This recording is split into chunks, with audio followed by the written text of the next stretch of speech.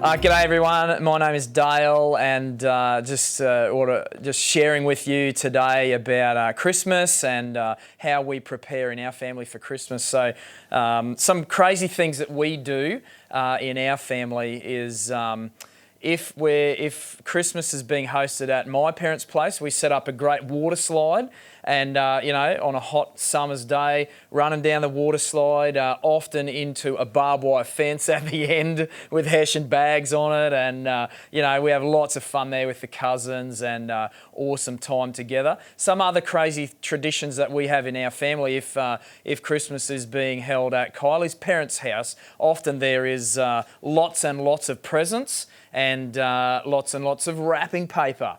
And there comes a point where a few presents have been unwrapped and then all of a sudden there's wrapping paper all over the lounge room and someone will start a bit of a war and it'll start just with someone throwing something and then it will turn into an all-out war with just wrapping paper being thrown everywhere, and it's a heap of fun. Lots of laughs and sometimes some injuries as well. But these are some of the weird things that we do in our family. And I guess as we talk about Christmas and we think a little bit more about that and what are the traditions and things that we do in our families and personally even that help us to prepare for Christmas, something that we do a lot of in preparing for Christmas is baking. So there's a lot of baking that happens in our kitchen, and often when the baking goes on, there's a lot of music in the background. And so we have different playlists, but certainly there's a large list of songs that are carols at Christmas or other songs that just help us to prepare our hearts for the Christmas season.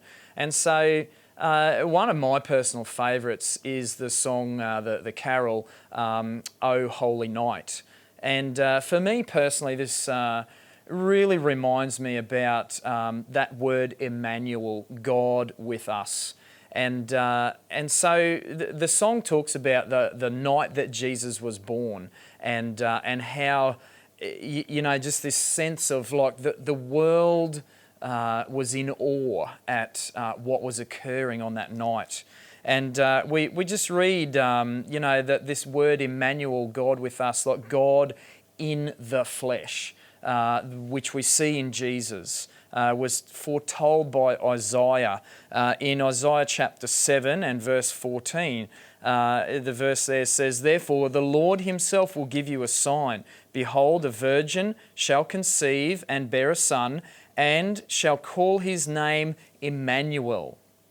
And if we come across then into the New Testament, Matthew recounts this verse, and Matthew says in chapter 1 and verse 22, "And all this took place," that is Jesus' birth, "all this took place to fulfill what the Lord had spoken by the prophet. Behold, a virgin shall conceive and bear a son, and they shall call his name Emmanuel," which means God with us. So we see what was prophesied in the Old Testament is fulfilled in Jesus, and Matthew indicates that. And so, this for me is just a real helpful thing for us to prepare our hearts for Christmas. So, considering that word Emmanuel, God with us, and some of those beautiful carols and songs that we sing at Christmas that remind us that God became flesh. John chapter 1 talks about it a lot. God became flesh. The Word became flesh and made his dwelling among us. What a beautiful reminder of the gospel.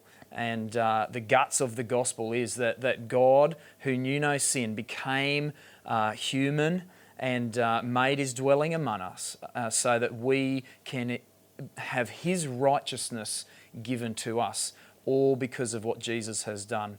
And so at this Christmas time, I just want to challenge you and encourage you to prepare your hearts for Christmas, whether it be through baking, through songs, through reading God's Word and learning more about Him, and encourage you to consider what it means that God is with us. God's blessing on you at this Christmas time. Thank you.